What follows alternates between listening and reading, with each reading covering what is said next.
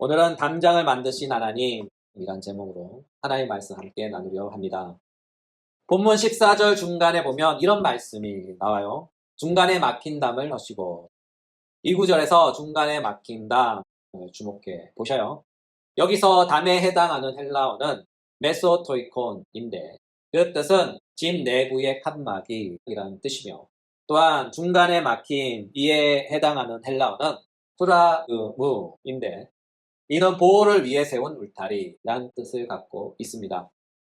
결국 중간에 막힌 담은 무엇으로부터 무엇을 보호하기 위한 목적을 갖고 무엇과 무엇 사이에 서 있는 울타리 또는 장벽을 가리킵니다. 이처럼 중간에 막힌 담은 이중적인 의미를 담고 있죠.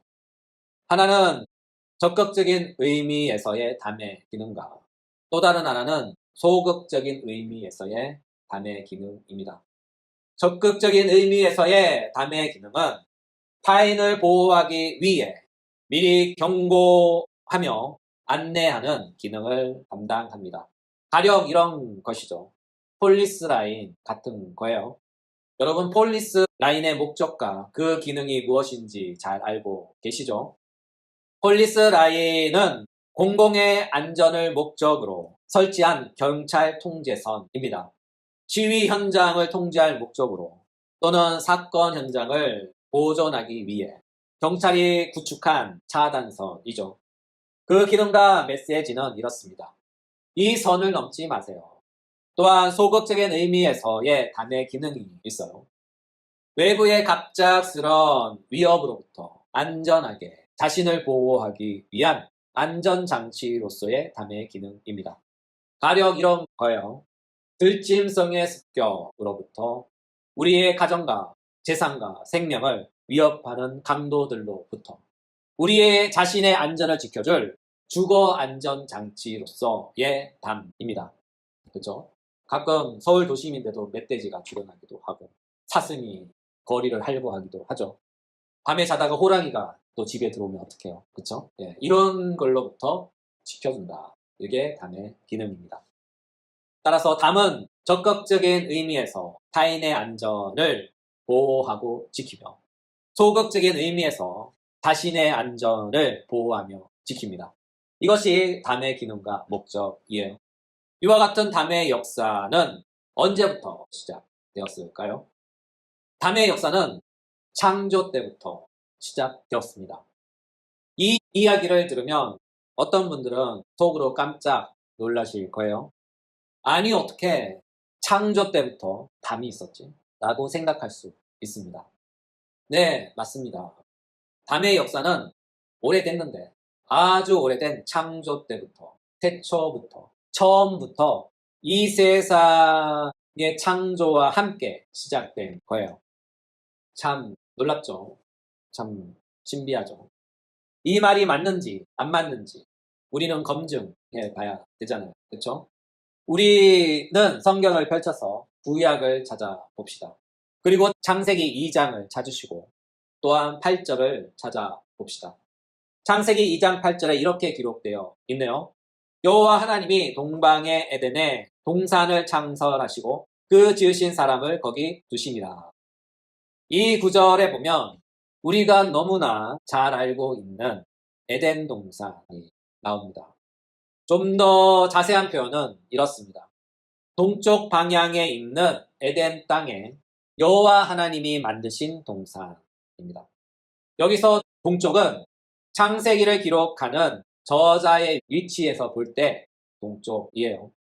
창세기 저자가 볼 때 에덴 땅은 저자의 동쪽에 있었고, 그리고 에덴 땅 한가운데 여호와 하나님이 창설하신 동산이 있었던 거죠.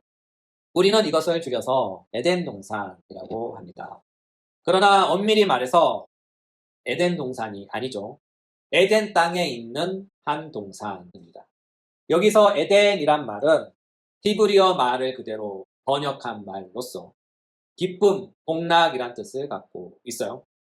에덴에 대한 해석은 정확하진 않지만 추측해 보건대 이것 또한 에덴의 위치를 동방으로 해석한 창세기 저자의 관점으로 볼 때 에덴은 태초에 창조된 땅이며 하나님의 축복으로 말미암은 기쁨과 복락이 가득한 땅이더라 하는 의미에서 에덴이라고 명명하지 않았나 생각해 봅니다.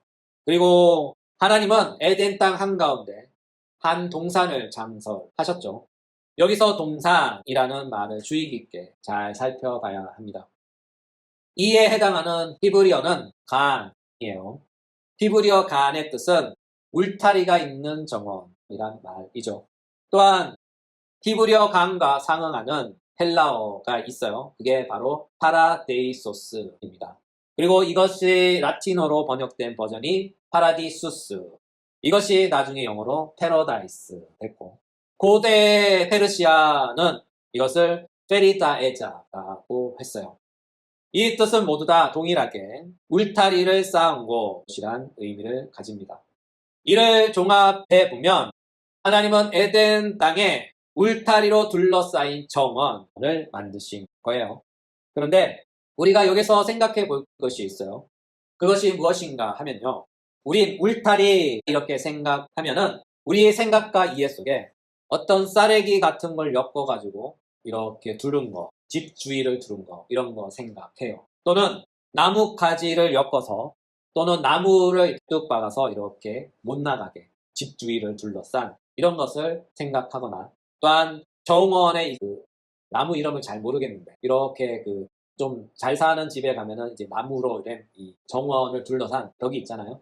이런 것 정도 생각합니다. 그런데 그것은 우리의 생각과 상상입니다. 여기서 울타리는 벽이에요, 벽. 좀 더 자세하게 표현하면 성벽 같은 것입니다. 이에 동산이란 말은 성벽으로 둘러싸인 정원이란 뜻입니다. 이것이 또한 사실인지 아닌지 어떻게 알 수 있을까요? 이에 대한 해답은 창세기 4장에 나옵니다. 창세기 4장 16절부터 17절. 가인이 여호와 앞을 떠나서 에덴 동쪽 놋 땅에 거주하였더니 아내와 동침함에 그가 임신하여 에녹을 낳은지라. 가인이 성을 쌓고 그의 아들의 이름으로 성을 이름하여 에녹이라 하니라. 이 구절에 의하면 가인은 자신을 위하여 한 성을 만들었는데 그 성의 이름이 에녹성이에요. 이 구절에서 성에 해당하는 히브리어는 이르인데 이 단어는 고을, 성읍을 의미하기도 하나 여기서는 벽을 쌓아 올린 탑 또는 성체, 벽돌로 쌓아 올린 탑이나 또는 성체를 뜻하는 단어입니다. 한마디로 에녹은 자신의 성을 만들었다 하는 그런 이야기가 되죠. 이 구절은 창세기 2장 8절과 대조되는 구절입니다. 왜냐하면 창세기 2장에서는 하나님께서 만든 성, 동산이 나오고 창세기 4장에서는 가인, 다시 말해 사람이 만든 성, 에녹성이 나오기 때문이죠. 또한 성이 주는 가르침이 이것입니다. 성이란 것은 대충 만드는 것이 아니죠. 성은 건축과 깊은 관련을 맺고 있는 단어로서 세밀한 계획을 세우고 차근차근 튼튼하게 건설하는 모든 건설 공정을 함의한 표현입니다. 가인은 아담의 아들로서 인류의 문명의 시작점에 있었던 사람이에요. 아직 문명은 시작하는 걸음마 단계였고 인류라고 해봐야 고작 아담의 가정, 가인의 가정이 다였어요. 여기서 조금 더 나가면 셋의 가정이 있겠죠. 이렇게 최초에 그 땅에는 세 가정이 살았어요. 네. 이런 갓난아기 같은 문명 속에 가인이 어떻게 성이란 개념을 알고 이렇게 정교한 계획 아래 에녹성을 건설하고 만들 수 있었을까요? 이에 대한 해답은 바로 동산에 있습니다. 쉽게 표현하면 가인은 하나님이 만드신 동산을 보고 그대로 따라 만든 거예요. 이걸 볼 때 조심스레 추측해 보건대 가인이 만든 에녹성은 에덴 동산의 거울이다 또는 판박이다 라고 생각해 볼 수 있겠죠. 이를 근거로 유추해 볼 때 에덴에 있던 동산은 울타리로 둘러싸인 정원이 아니라 성벽으로 둘러싸인 정원이라 할 수 있습니다. 이와 같은 이유로 에덴에 있던 그 동산은 아무나 누구나 함부로 들어갈 수 없었죠. 또한 성벽으로 둘러싸인 동산을 지키는 동산지기 또는 파수꾼이 있었어요. 그가 누구일까요? 네, 그 사람은 우리가 너무나 잘 아는 그 사람, 바로 아담이죠. 창세기 2장 15절. 여호와 하나님이 그 사람을 이끌어 에덴 동산에 두어 그것을 경작하며 지키게 하시고. 성경은 증거합니다. 하나님께서 아담을 에덴 동산에 두시고 에덴 동산을 경작하며 지키게 하셨다. 경작하며 지키게 하셨다라고 말씀합니다. 이 짧은 구절은 우리에게 많은 정보를 전달해 줍니다. 첫째, 아담은 동산 밖에서 창조되었다. 그렇죠? 아담은 에덴 동산 안에서 창조된 것이 아니에요. 아담은 에덴 동산 밖에서 창조되어 에덴 동산 안으로 하나님의 이끌림을 통해 옮겨진 거예요. 둘째, 아담은 에덴의 동산지기로 임명되었다. 그 말씀이 바로 경작하며 지키게 하셨다. 경작하며 지키게 하셨다입니다. 이것은 아담의 노동 사명이죠.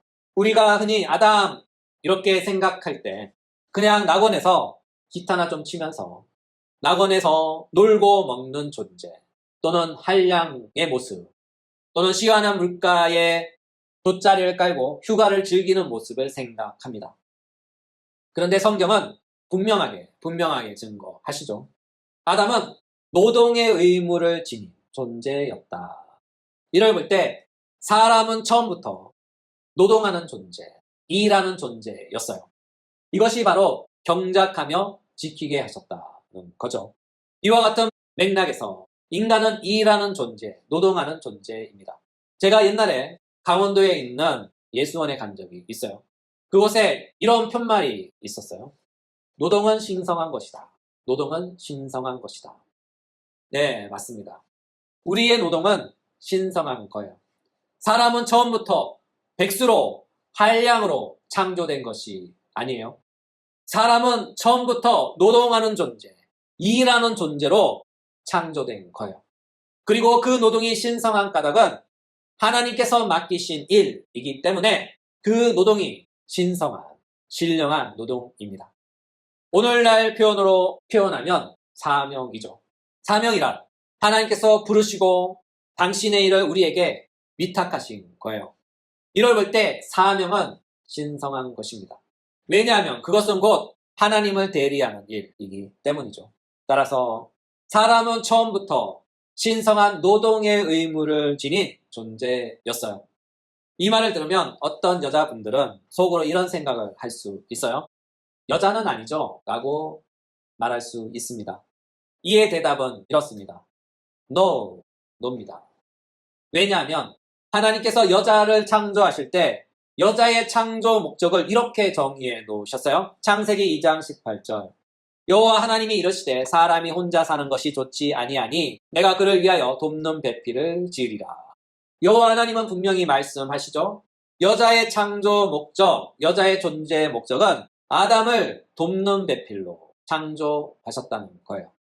여기서 돕다에 해당하는 히브리어는 에제르입니다. 이 뜻은 더하다는 뜻이고 배필에 해당하는 히브리어는 네게드인데 그 뜻은 서로 마주보다, 서로 마주 대하다 라는 뜻을 갖고 있어요. 이 두 단어의 의미는 바로 이렇습니다.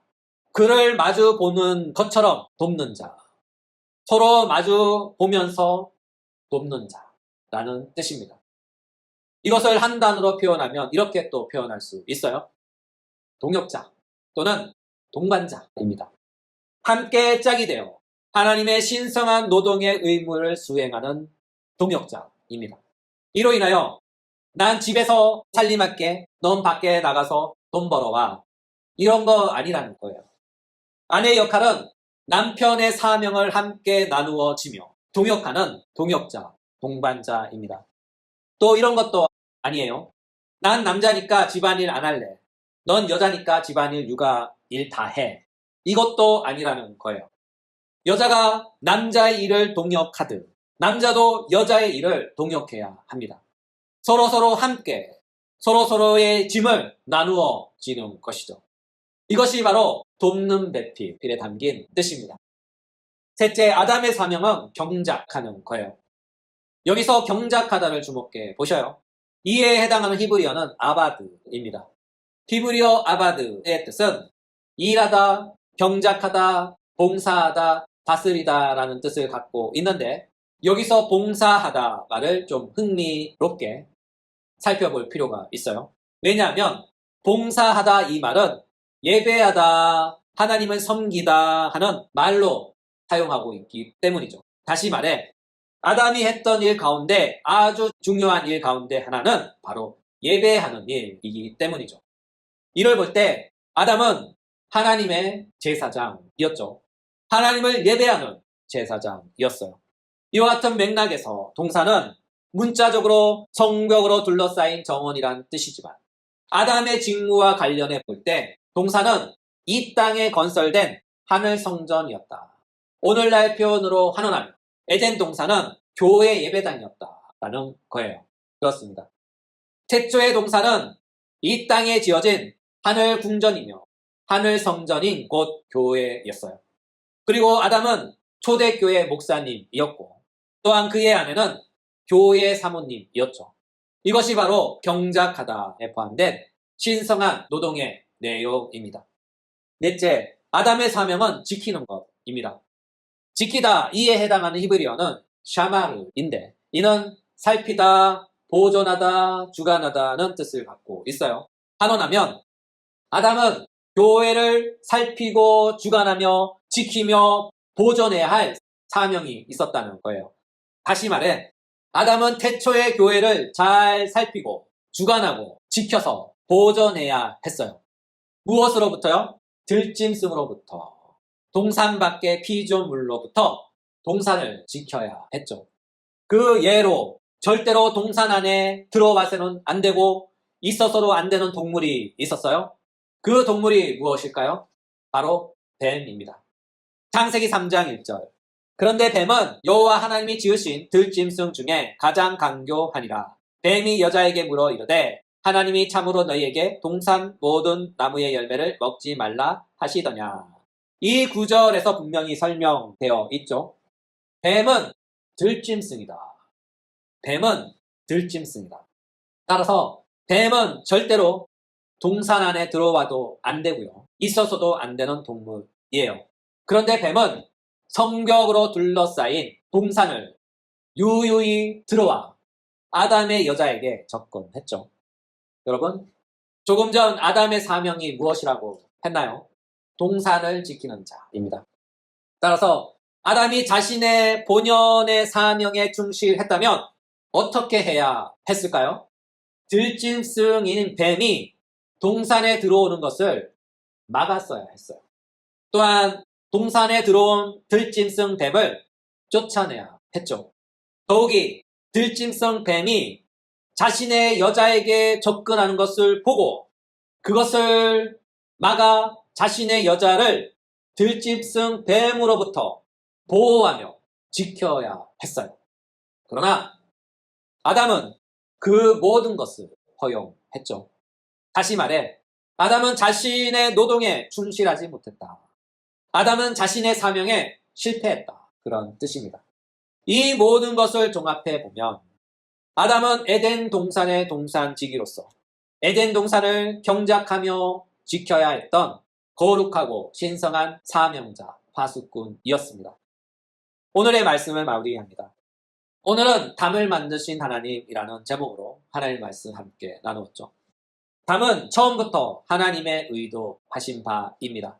하나님께서 담을 의도하신 것은 적극적인 의미에서와 소극적인 의미에서 생각해 볼 수 있어요. 적극적인 의미에서 담은 우리를 지켜주시기 위해서입니다. 너희는 이 선을 넘지 마라. 또한 소극적인 의미에서 우리 스스로가 자신을 지키고 보호하기 위해서입니다. 무엇으로부터요? 외부의 피조물들의 유혹으로부터. 가령 들짐승 뱀이라든가 아니면 뱀과 연합한 사단으로부터입니다. 이에 사도 베드로는 우리에게 이렇게 말씀하셨어요. 베드로전서 5장 8절 9절. 근신하라 깨어라 너희 대적 마귀가 우는 사자와 같이 두루다니며 삼킬 자를 찾나니 너희는 믿음을 굳건하게 하여 그를 대적하라. 사도 베드로는 말씀하시죠. 사단이 너희 대적 마귀가 우는 사자와 같이 두루다니며 산길자를 찾고 있다. 따라서 우리는 우리 자신을 사단의 하수인으로부터 또한 사단의 유혹과 사단의 위험으로부터 우리 자신을 지켜야 합니다.